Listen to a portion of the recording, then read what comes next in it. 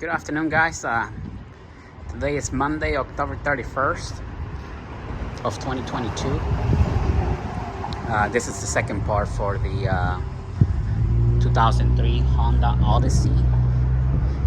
And Locksmith finally came out here. And like I was saying in the previous video, this car came in from a different shop. They asked me to replace the water pump. They provided the parts. So they asked me to change the timing belt, water pump, tensioner, pulleys, and he even asked me to change the crankshaft position sensor. This car was a no start, a turnover, but it wouldn't start. And the reason why it didn't start, it was because there was no spark. I had fuel, I had compression, my timing was right. There was air, fuel, compression, and we were on time. But the car, it wouldn't start. It just wouldn't start.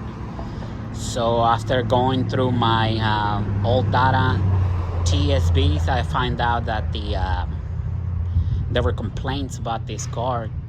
It will crank over, but it wouldn't start. Like if you watch my other video, I showed everything, and I gave you examples how to test the coils and how to find the fuse for the coils, and it'll probably be best to watch my previous videos, so that way you have an idea of what I did to this car. But anyway, so today the locksmith came in. This is the old key right here. Like I said, it was broken. I don't know if the chip might have fell off or something, and he made me a new key. And let me show you something.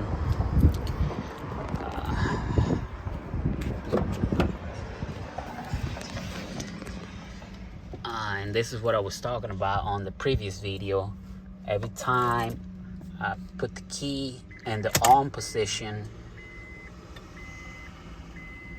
the light just kept on blinking. It's not supposed to do that. You know, it's not supposed to do that. The light's supposed to go out. This is the old key.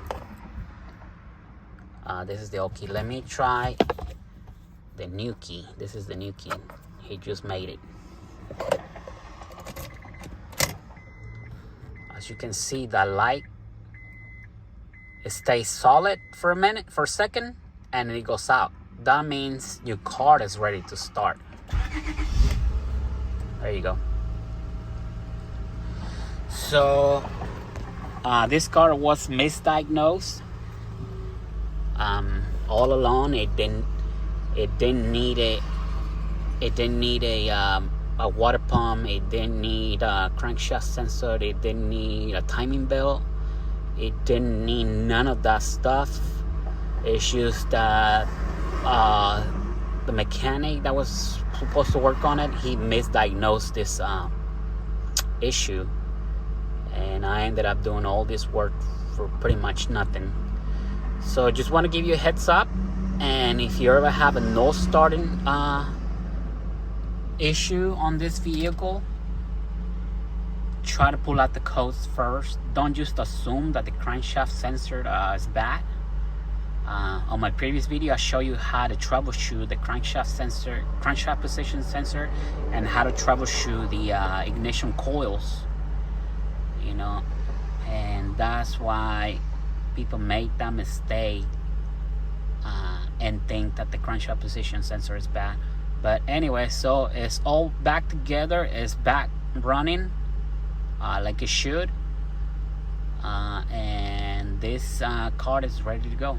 All I gotta do is put some coolant in it and prime it out, bleed out the system, bleed out the air out of the coolant system, and it's gonna be on its way. Thank you very much, guys, for watching. And if you like this video, if this video is helpful for you, just hit the like button and subscribe, and we'll see you on the next video. Thank you very much.